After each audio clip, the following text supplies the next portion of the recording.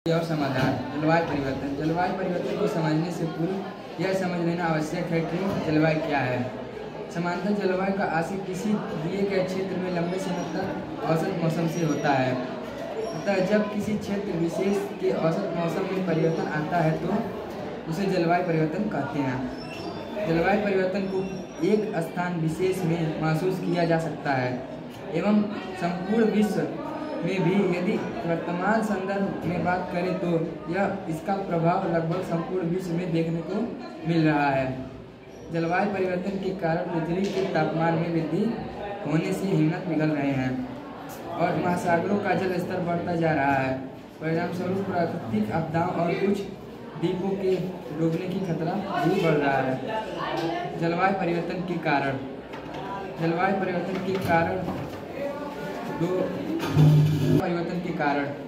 जलवायु परिवर्तन के कारणों को दो भागों में विभक्त कर सकते हैं। प्राकृतिक गतिविधियाँ, मानवीय गतिविधियाँ। प्राकृतिक गतिविधियाँ। पहला, महाद्वीपीय संवहन।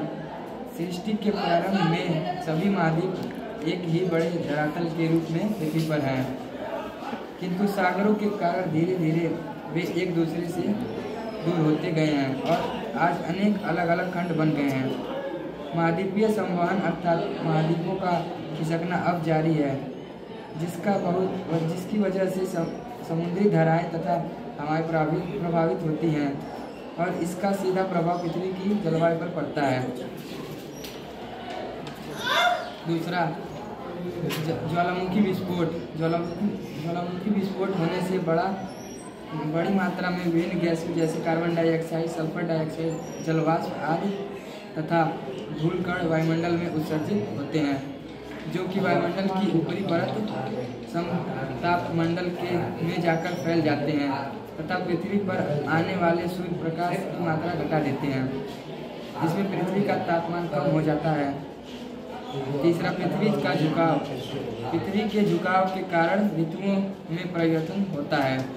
अधिक झुकाव अर्थात अधिक गर्मी तथा अधिक सर्दी और कम झुकाव अर्थात कम गर्मी तथा कम सर्दी का मौसम, इस पृथ्वी के झुकाव के कारण जलवायु प्रभावित होता है। मानवीय गतिविधियाँ। पहला, शहरीकरण। रोजगार पाने के लिए गांवों में स्थित आबादी शहरों की तरफ प्रस्थान करने लगी है और शहरों का आकार दिन प्रतिदिन बढ़ने लगा है। मुंबई, कोलकाता, दिल्ली, चेन्नई जैसे महानगरों में उनकी क्षमता से कई गुना अधिक आबादी निवास कर रही है, जिससे शहरों के संसाधनों का असीमित दोहन हो रहा है। जैसे जैसे शहर बढ़ रहे हैं वहाँ पर उपलब्ध भूभाग प्रतिदिन ऊंची इमारतों से ढका जा रहा है, जिससे उस स्थान की जल संवर्धन क्षमता कम हो रही है तथा बारिश के पानी से प्राप्त होने वाली शीतलता में भी कमी हो रही है, जिससे वहाँ के पर्यावरण तथा जलवायु पर निरंतर प्रभाव पड़ रहा है। दूसरा, औद्योगिकरण।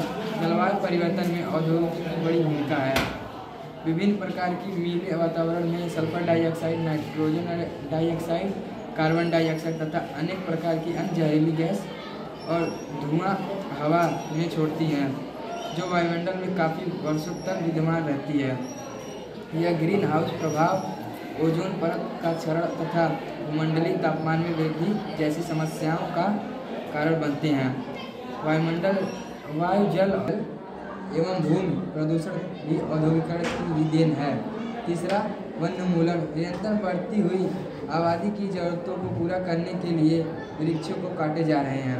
आवास, खेती, लकड़ी और अन्य वन्य संसाधनों की चाह में वनों की अंधाधुंध कटाई हो रही है, जिससे पृथ्वी का हरित क्षेत्र तेजी से घट रहा है और साथ ही जलवायु के परिवर्तन में तेजी आ रही है। जलवायु परिवर्तन से प्रभाव। पहला, वर्षा पर प्रभाव।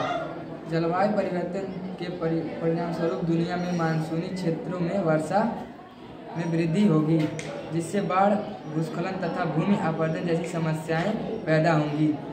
जल की गुणवत्ता में गिरावट आएगी तथा पीने योग्य जल की आपूर्ति पर गंभीर प्रभाव पड़ेगा। दूसरा, समुद्री जल स्तर पर प्रभाव।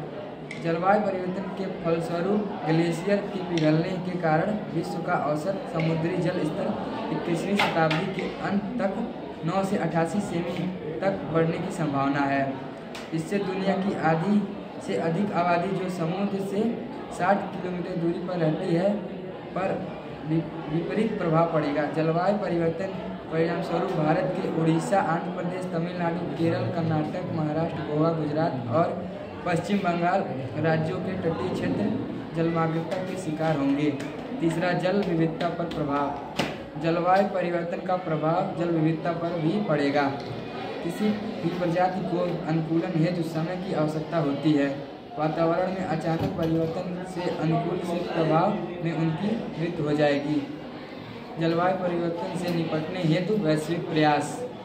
संयुक्त राज्य जलवायु परिवर्तन में फ्रेमवर्क सम्मेलन UNFCCC एक अंतर्राष्ट्रीय समझौता है। इसका उद्देश्य वायुमंडल में ग्रीनहाउस गैसों के उत्सर्जन को नियंत्रित करना है।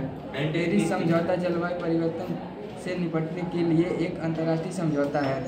ग्रीनहाउस गैस उत्सर्जन को कम करने के लिए लक्ष्य के साथ संपन्न 32 पृष्ठों एवं 29 लाखों वाले पेरिस समझौते को ग्लोबल वार्मिंग को रोकने के लिए एक ऐतिहासिक समझौते के रूप में मान्यता प्राप्त है। जलवायु परिवर्तन से निपटने हेतु भारत के प्रयास। जलवायु परिवर्तन पर राष्ट्रीय कार्य योजना का शुभारंभ वर्ष 2008 में किया गया था। इसका उद्देश्य जनता के प्रतिनिधियों, सरकार की विभिन्न एजेंसियों, वैज्ञानिक, उद्योग और समुदायों को जलवायु परिवर्तन से उत्पन्न खतरे और उससे मुकाबला करने के उपायों के बारे में जागरूक करना है। इस कार्ययोजना में 8 मिशन शामिल हैं। पहला, राष्ट्रीय सौर मिशन। दूसरा, विकास ऊर्जा दक्षता के लिए राष्ट्रीय मिशन। तीसरा, सुस्थिर निवास पर राष्ट्रीय मिशन। चौथा, राष्ट्रीय जल मिशन। पांचवा, सुस्थिर हिमालयी परिस्थिति तंत्र हेतु राष्ट्रीय मिशन। छठवां, हरित भारत हेतु राष्ट्रीय मिशन। सातवां, सुस्थिर कृषि हेतु राष्ट्रीय मिशन। आठवां, जलवायु परिवर्तन हेतु रणनीतिक ज्ञान पर राष्ट्रीय मिशन।